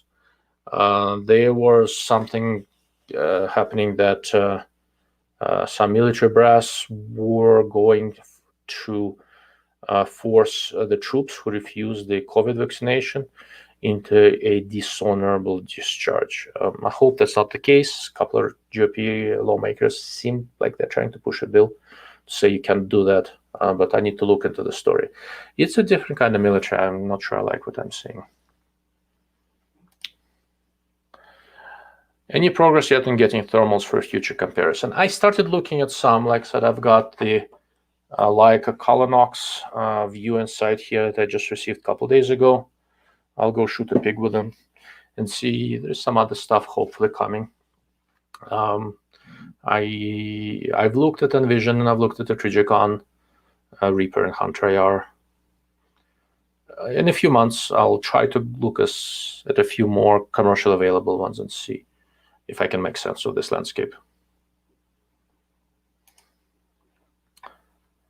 I just took a chance on the GPO TAC 2.5 to 20 by 50i. Not here yet. A little nervous as no reviews really out there, and you mentioned they aren't really contacting you back. Am I an idiot? Should I cancel? Look, just the fact that they don't want to work with me doesn't say anything bad about the company, right? Different companies do business differently, right? And for a small company, I can be very helpful. I have a fair amount of reach. I can also be very dangerous. If I say something bad, it could really hurt them. So it does. So the background, I've had an exchange with JB on YouTube. So I've reached out to GPO's PR person. I had at some point a fairly nice conversation with them. Then I reached out a few times and I never heard anything back. And it can be she's busy, it can be they don't want to have anything to do with me, it can be they're pissed because the British reps said something so blindingly stupid on Instagram that I kind of took him to task for it. I don't think he enjoyed it. He started arguing with me about optics. I don't know if you caught on to it. I did mention earlier that I'm an arrogant jackass, and if you're going to argue with me about something that's sort of within my field of expertise, you better know your stuff or you're going to get your ass handed to you, which is more or less what happened. But anyhow, the fact they're not talking to me doesn't mean it's a bad scope. They generally seem to make fairly decent stuff, so I wouldn't cancel it.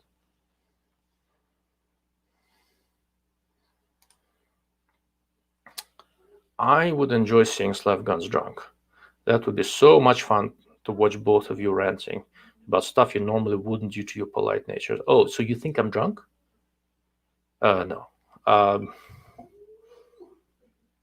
Yeah, it'd have to be a lot more of this to make me drunk. I'm not drunk or buzzed, anything like this. This is just the way I am. And I'm a highly unpleasant drunk, so you're unlikely to ever see me drunk. Buzzed at most, maybe.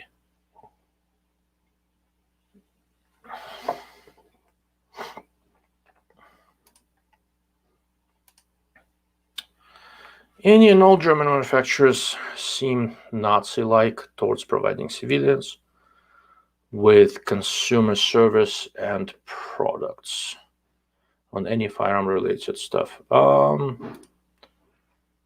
I don't know if I would necessarily use the phrase Nazi-like. It's a business, it's a choice. Nobody's forcing them. I mean, it's a different market there. They don't really understand, for the most part, they don't really understand the US market. So it's their choice, it's their choice to do business the way they see fit. It's our choice to support that business or not. I wouldn't read too much into it. Don't like how they do business, don't buy their products.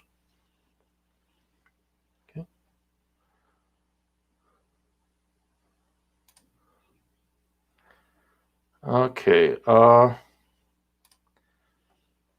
Considering civilians are not allowed to own firearms, I can understand why they don't give a shit. Civilians in Germany are allowed to own firearms, but it's very restricted. It's primarily hunting stuff. Getting semi-autos is very hard. Handgun is almost impossible. Stuff like that. In Europe, the whole firearm ownership and hunting thing is more of an upper middle class and wealthy person's game. It's very different than it is here, and it's a much smaller market. For optics, I would venture to say that the civilian market in the US is probably bigger than any military market out there. But hey, whatever rocks their boat. All right, I've got a donation. Mr. A. Sprater, thank you, sir. I do appreciate it. Thank you.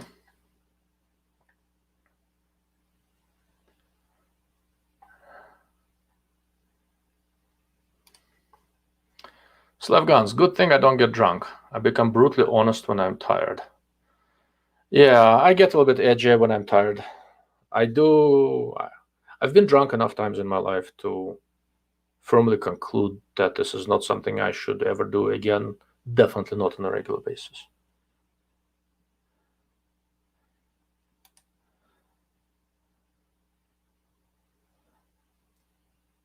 Drubrel, the first time I've seen Ilya labeled as polite, not that he can't be, just the first time I've seen him referred to that way. Yeah, Americans tend to confuse politeness and niceness. I generally tend to be polite, just not always very nice.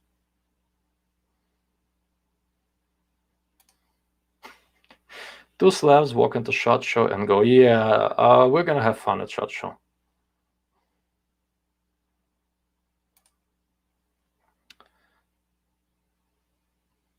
One said Mother Russia, the other said USSR. The entire room is now confused. So when I lived there, it was USSR, but I actually lived in Russia proper. Mr. Slavgans did not live in Russia proper, just so that you guys know. So he's a fake Russian. And Mr. Slavgans just got a really nice tripod from Vortex, but I think it's for a gun. Yes, it is a very nice, it's a Radiant tripod, I think, that you got. It's a very nice shooting support tripod. Heavy duty, very stiff. You could just about do pull-ups on that. Okay. Mr. JB, thank you, sir. Appreciate it.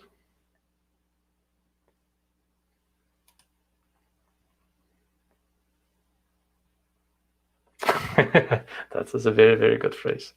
The Second Amendment scares me when I see some of the specimens at the range, but then I listen to Jen Psaki and it calms me down. So, first of all, correct pronunciation of our White House spokeswoman. It's not Jen Psaki. It's Psaki Jen. I think that if you say it in that order, it makes a lot more sense. A lot of specimens I see at the range are not impressive. I'll agree with that. But they have the same rights as we do. And given how far and few between firearm accidents are, I see no harm. That having been said, as my sort of contribution to the Second Amendment, I freely and happily take newbies to the range, show them the basics the right way, not just shooting, but gun handling and things like that. In 2 weeks, I'm taking 4 new people to go shoot a pig with me. Sort of, like I said, my contribution to the Second Amendment. If we all did a little bit more of that, there'd be fewer FUDs at the range. It would be the same people, they just wouldn't be FUDs anymore.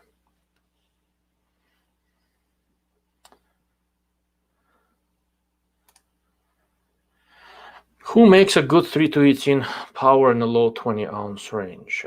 It sort of depends on what price range you're looking at. Right at 30 ounces, you have Brownell's MPO 3 to 18 by 50, which is very nice. It's a nice tactical scope. It's right at 30 ounces.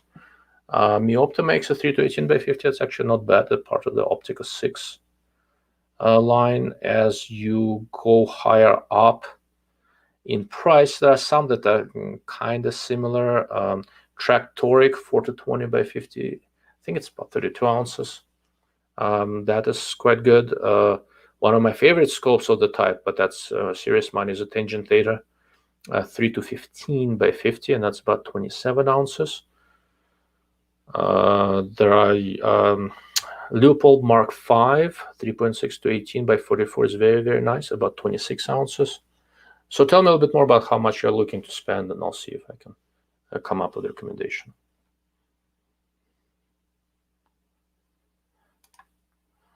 Now he comes clean. Yes, Ukraine, but left when it was still USSR. That's correct. We both left when it was still USSR. But when he claims to be a Russian, you know the truth. PPU Archives. I've never bought a single HK product, but I'm happy to give PTR Industries my money for their roller lock products. However, yeah, I don't see a problem with that.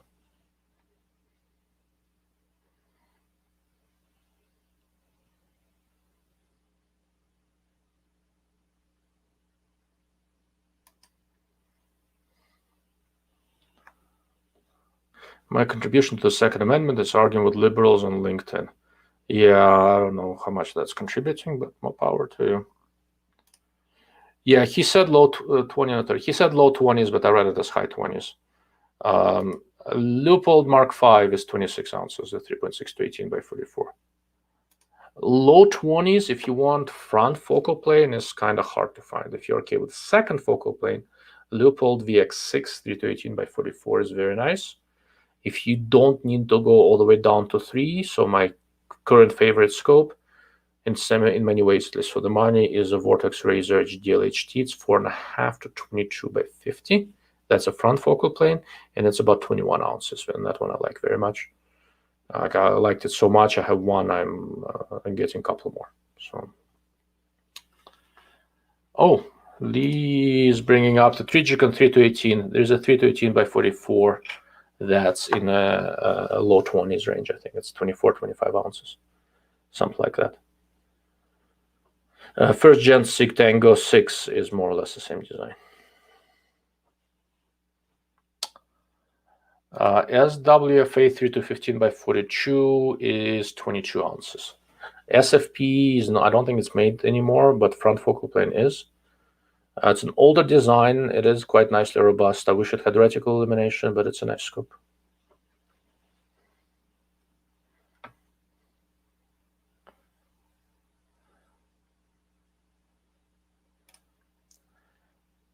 Slav Guns looking at the Vortex Radiance goes, wow, this tripod is nice, but still made in China.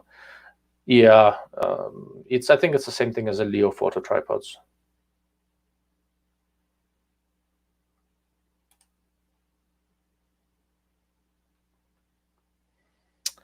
Sage Dynamics tested the Crimson Trace pistol sight, I believe. Also, Slav Guns is a Ukraine separatist spy. No comment on the first one. I don't know which Crimson Trace you tested. As far as Slav Guns go, I always suspected something like that. JB, I've been in the same boat as you, Banana Robot. That's the reason I went with GPO TAC 2.5 to 20 by 50. Says it's 25 ounces, but again, we'll see how good this is.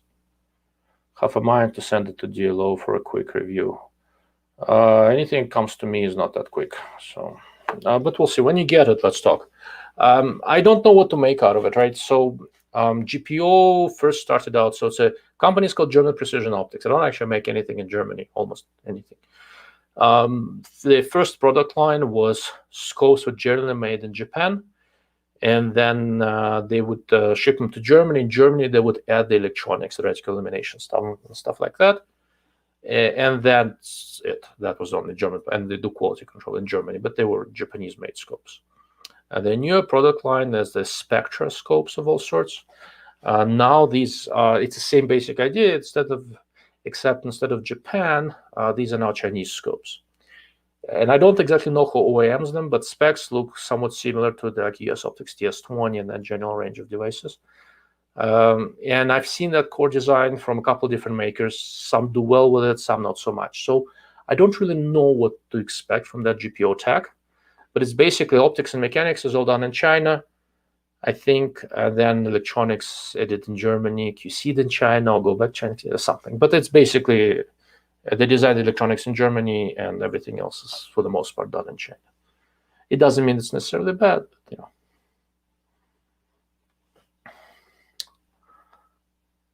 All right. So I can get Russian citizenship through wife, but don't want to be subjected to the gun laws. Yeah, I was my citizenship, Soviet citizenship, was stripped from me on exit, and not only can I not get a Russian one, I don't want one.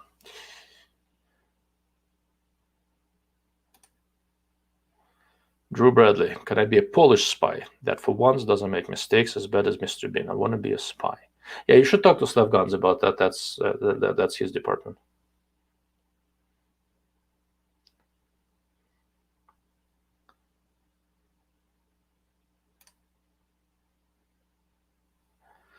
I definitely wouldn't pass a psychiatric evaluation to own a smoothbore single shot rifle. Quite possibly. Oh, finally, something on point. Mr. Phillip is almost done with his Glen Farkas 10-year-old sherry finish. Nice chocolate notes. I should probably tell you guys what this is. We're kind of getting close to the end. I want to keep this at under 2 hours. We're at an hour and 50 minutes. So let me grab the bottle so I'll show you what this was.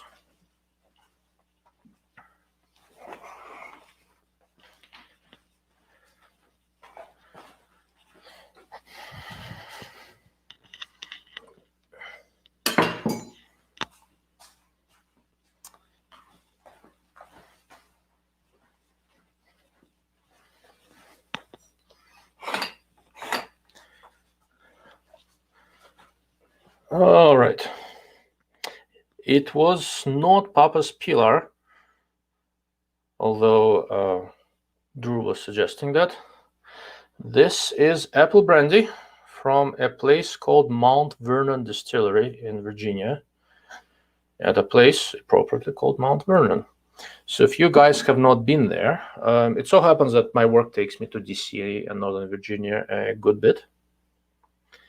And the old estate that George Washington used to own, he used to have a distillery there, making primarily whiskey. And they've restored the original methods. It all burned down. It was restored a few decades ago. They restored the way the original spirits were made, the stills and all that sort of stuff. So when I go there, I swing by and occasionally buy a bottle. They make bourbons, and every once in a while they make apple brandy, and I still had a bottle, so I've been finishing that off. I kind of like this historical restoration stuff, so it's not the best apple brandy in the world, but it's very drinkable. I just kind of like supporting these kind of things.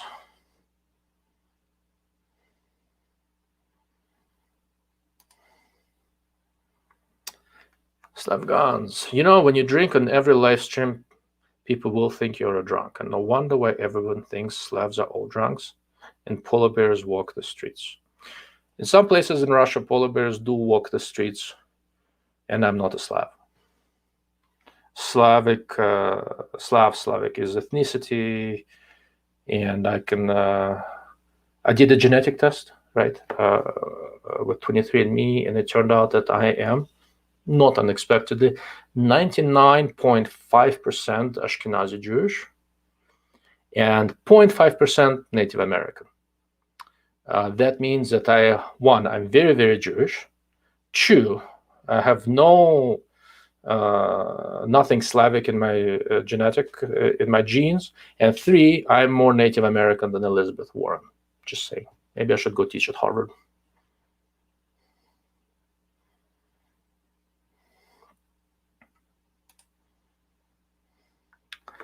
Oh, wow, that sounds tasty. I'm glad I started drinking tasty alcohol. After 25 years of not drinking, I am enjoying it. I am enjoying it too. I drink very little. I enjoy nice stuff. I will say this is not the best apple brandy of my life. I've seen some very nice Calvadoses from France. That's kind of their version of apple brandy. And there is a really nice apple brandy made here in New Mexico at Santa Fe Spirits that I really like. I actually like it more than this stuff.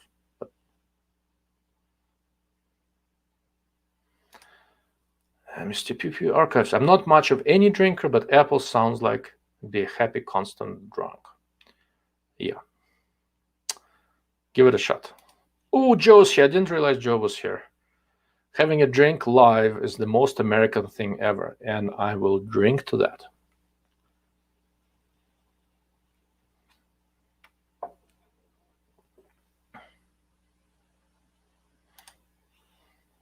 DLO is therefore 100% oppressed. See, unfortunately, being Jewish does not get me any advantages. In the intersectional hierarchy, I basically rank below a toad.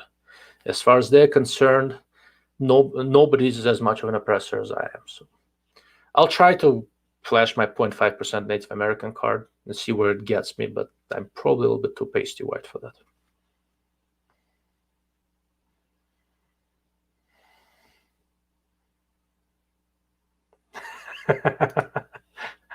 Lol, oppressed. That's great. DLO lives matter. Yes, they do.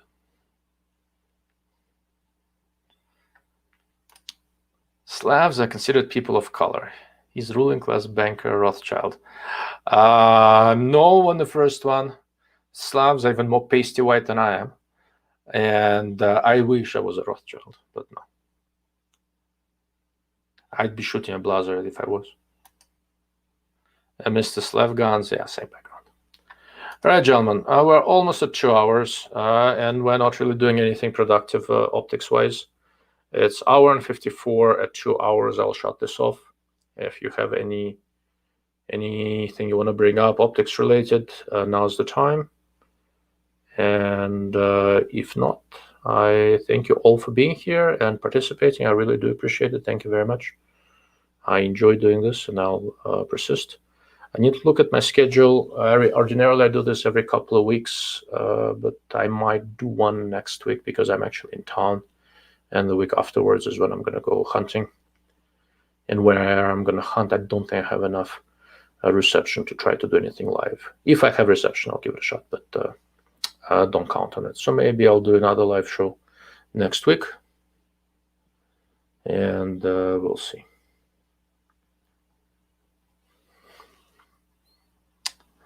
Does hand-sold even sell to civilians? Yes, Optics imports hand-sold in very small quantities. They barely sell any.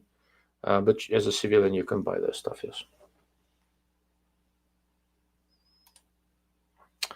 Any comments on the Vortex 5X Prism versus the SWFA Ultralight with the red dot and an AR? I actually have both with the red dots. The SWFA Ultralight with the red dot is actually on a SETME L right now. And the Vortex 5X Prism is currently on an AK-74, but same difference. I don't know. Depends. So on there is value in variable magnification, but SWFA ultralight is not illuminated, and Spitfire is, and that kind of makes a difference. If you're going to be doing general plinking and stuff like that, I'd lean toward this WFA ultralight. That variable magnification does help. But if this is going on a shorter gun, more of a tactical type things, the more compact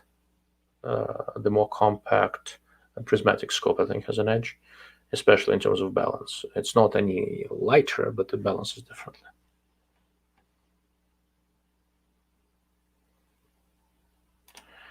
Drew, thank you, and thank you all in the chat. Fun conversations, and always learn something. Awesome. I am glad. On both parts, this is supposed to be fun, and I do try to make it educational the best I can. But your questions is what guides this. So I really do appreciate the questions.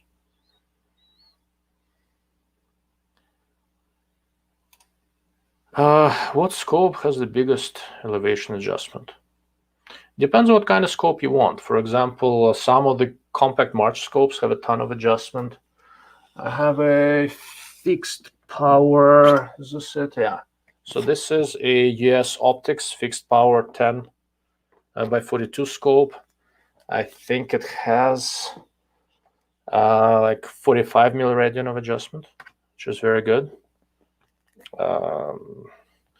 Night Forces have a fair bit. I don't really have a database in my head of which one has the most adjustment range. The most adjustment range for the money is definitely the various SWFA fixed power scopes that have a ton of adjustment.